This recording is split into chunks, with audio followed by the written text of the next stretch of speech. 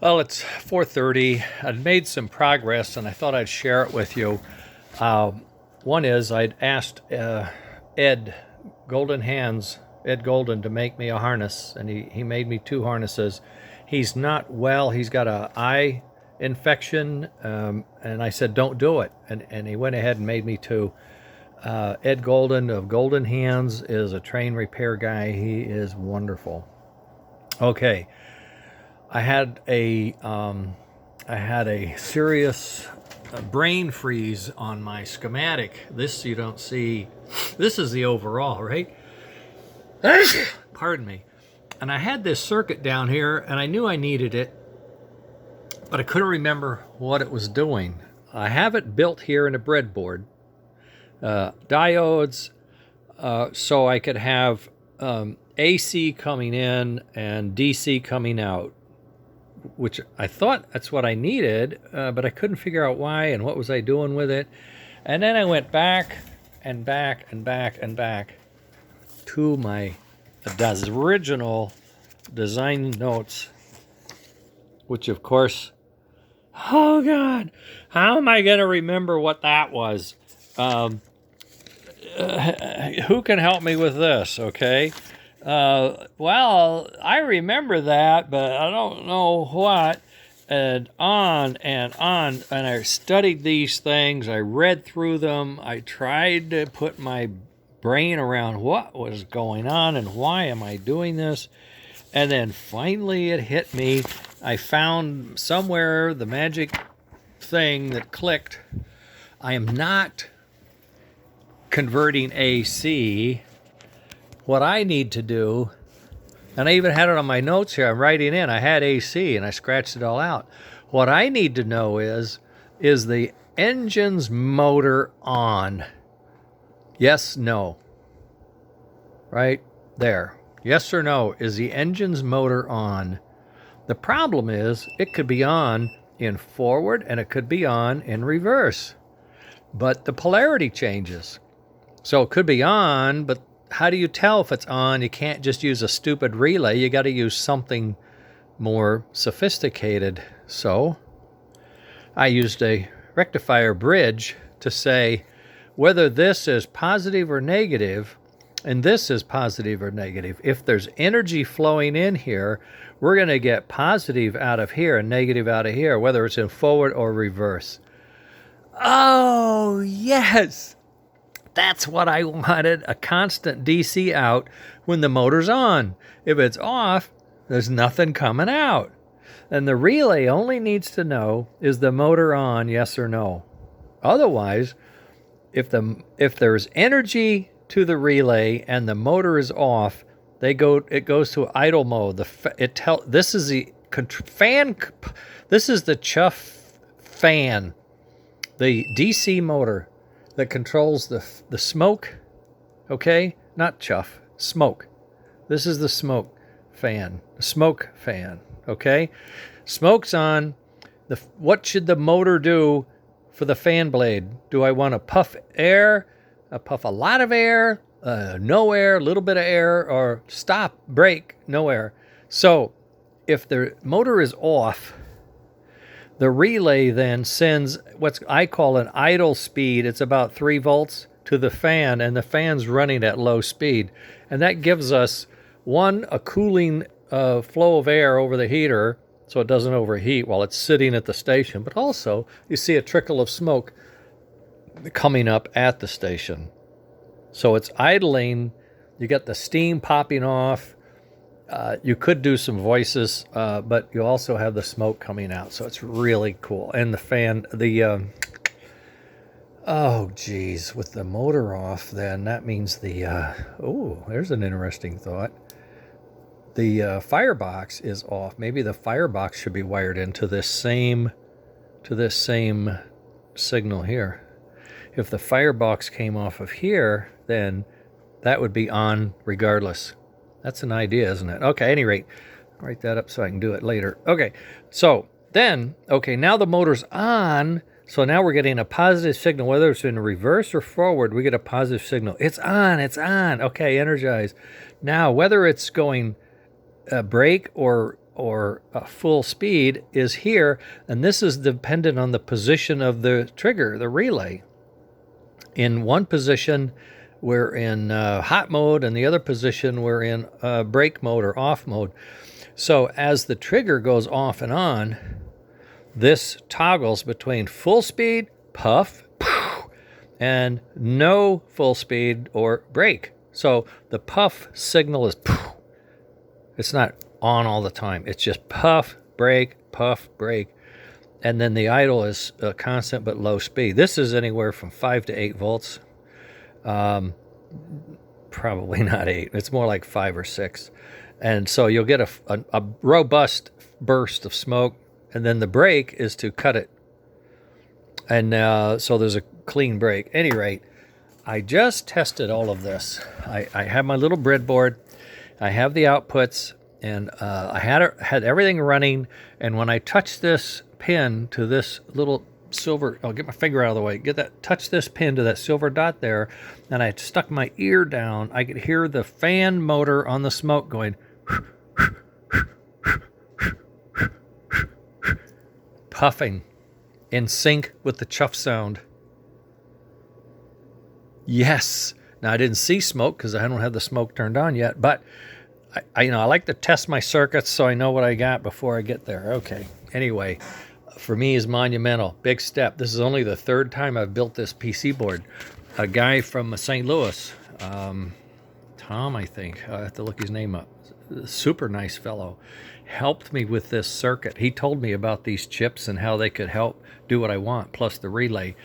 And I didn't understand it at first, but we got there working on it together. I built some, he built some. He checked my circuit. Andy helped me verify the PC board was buildable. PC board made sense.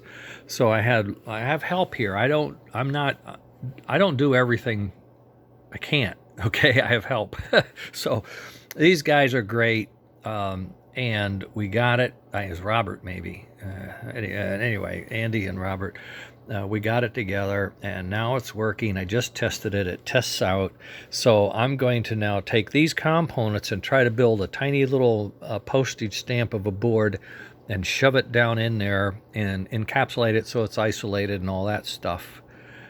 And I'm going to run an extra lead. I got the wire right here. I'm going to put an extra lead from the motor to these rectifiers, and then off the rectifiers through a capacitor, run that out as the relay input voltage, and then I'll be able to tune the smoke heater to make sure I got the right. I'm a little low on heat right now.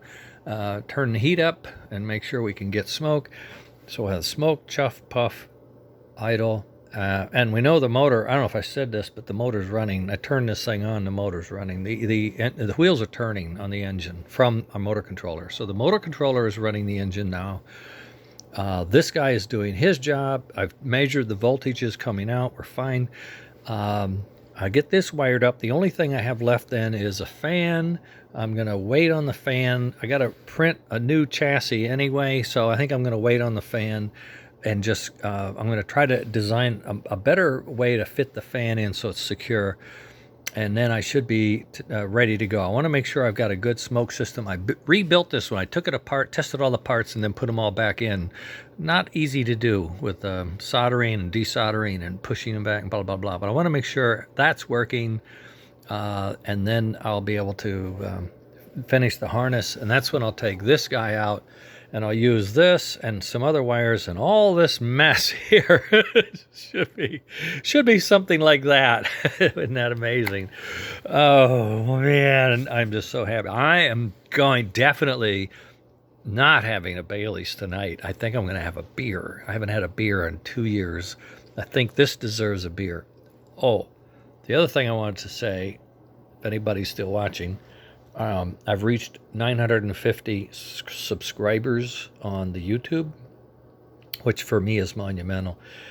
And I knew if I could get 1,000, then I was going to have to do something special. So the plan is I am going to now, as I build to the next 50 users signing up, I'm going to be documenting and posting all of the files that I have designed onto Thingiverse, which is like a free encyclopedia that you can you get an account, you log into it, but you can search. I'll tell you what to search for, and you can find all of the things that I've built over the last 7-8 years.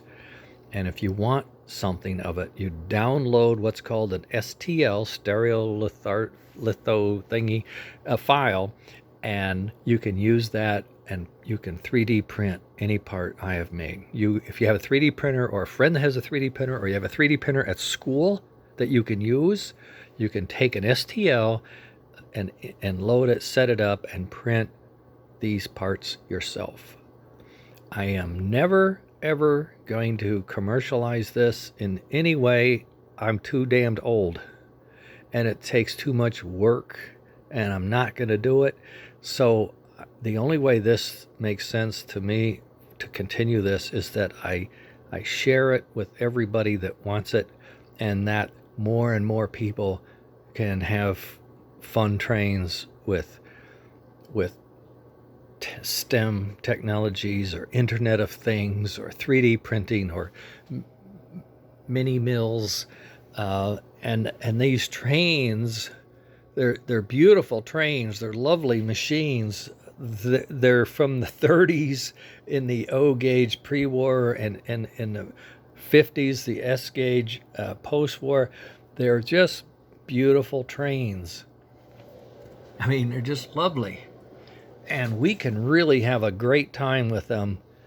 And if we look at what we can add to them, and these are parts that you can make, you can put them together. I will work very hard to put the bill of materials, the purchase parts, the assembly instructions, the setup, the what to look out for, if, that kind of stuff. I'll do my best to make a set of usable manuals and give you the files, and you guys can make your trains.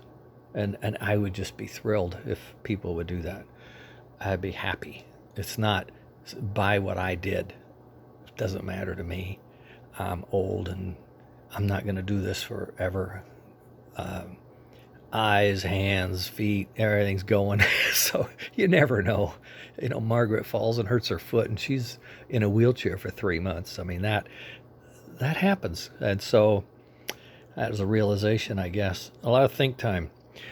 And with Andy and Robert and Leon and Dan and the friends that I have with Ed, I've completed a lot of stuff, and I just want to share it. That's exactly all I want to do. And I can't make parts for other people. I mean, I just can't do it. I have too much that I need to finish to stop and then make a production run of something. It's just not in the cards. I have one printer.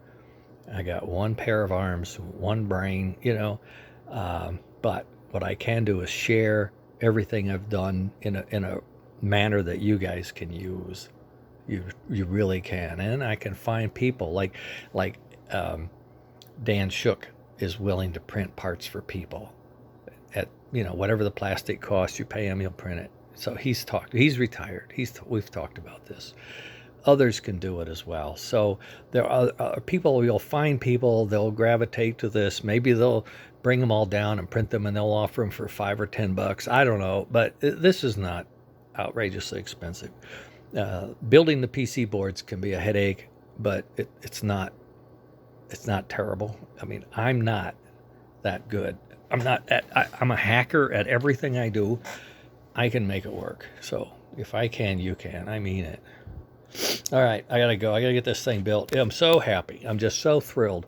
This is the third Puff and Chuff board with, and this time I'm using motor control with the vintage soundboard. Not a problem. I still have a digital soundboard in the wings. We'll have it. It'll slide into the same exact spot, so you'll have Puff sounds exactly the same. Difference is the steam whistle and the bell will be on there. I have yet to figure out how to turn them on, but we'll get there. All right, we will get there. Okay, That's it. Big deal. 950 subscribers. Beautiful. All I need you guys to do is watch the videos all the way through, because they're watching how many people watch for how long. And if I can get you guys to watch a little longer, then I get into, they're running advertisements. I've seen them on my stuff. I don't get a dime. And it's not like I need the money, but it would help with the supplies, and help with building the next stuff and all. So I'm not going to charge you for this stuff, but I'm going to ask you to watch more videos from me. Subscribe. Tell people to subscribe. Tell them to watch them. I try not to be boring, okay? Maybe I'm boring now, but I generally am not. Make it exciting. Sometimes a short, not very long. I don't do 2-hour video or 1-hour video. I just don't have it. I don't have the editing skills. Anyway, that's it. We are on the way. It's going to be exciting. This Corvette Royal Blue is going to be awesome, Leon. Awesome. Talk to you. Bye.